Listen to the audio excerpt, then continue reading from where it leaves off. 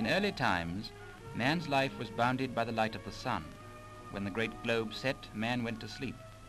But before long he discovered means of making his own light, and fire was his helpmate, casting its red glow through the darkness.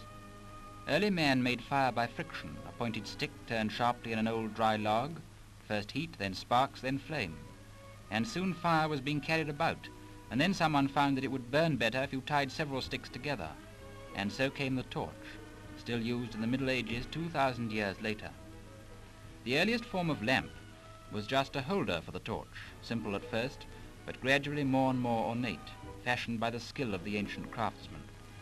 Less than a century ago, flaming torches in iron holders were still used for lighting the streets of London, and they call it progress.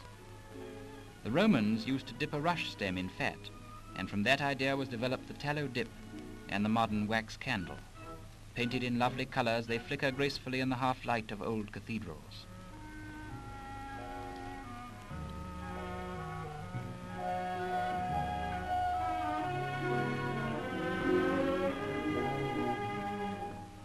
The lovely brass chandelier glittering under the 13 tiny flames has developed out of a simple holder invented centuries before. Gradually it was improved by the inventive genius of man, until in Tudor times such perfect examples of the ironworker's art as these were produced.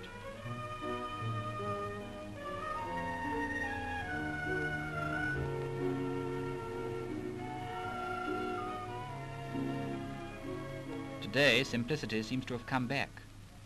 In fact, this is hardly better than the first oil lamp made by Neolithic man, which was filled with burnt fat. Like everything else that man has invented, it was improved as the years passed. The metal workers made them more elaborate and made them more efficient too.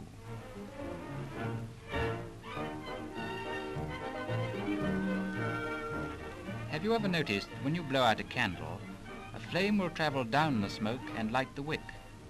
That's the trick that first gave William Murdoch the idea for making gas. You too can make your own gas by filling an old clay pipe with coal dust, covering the bowl with clay and heating it.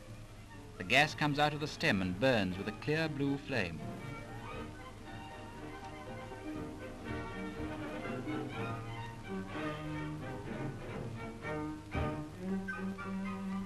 Gas of one kind or another is still used in the lighthouses which guard our rocky coasts.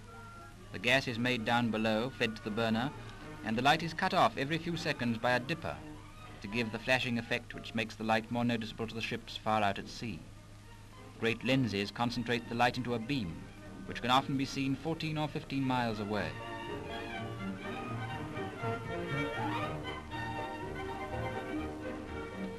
But it's electricity which has brought about the most tremendous developments in artificial illumination. First the arc lamp, and then the filament bulb invented by SWAN in 1879. And from the early model to us almost childishly simple, by steady stages of development to the little gas-filled bulbs which we treat with so little respect today, just because they're cheap. But they aren't all as cheap as that. The larger models used for lighting film studios, for instance, may cost as much as £15 apiece, and one isn't enough. A whole battery of them is used. What a revolution electricity has brought about in the home, not only in cleanliness and ease of control, but also in giving scope to the modern craftsman to show his best in decoration and design.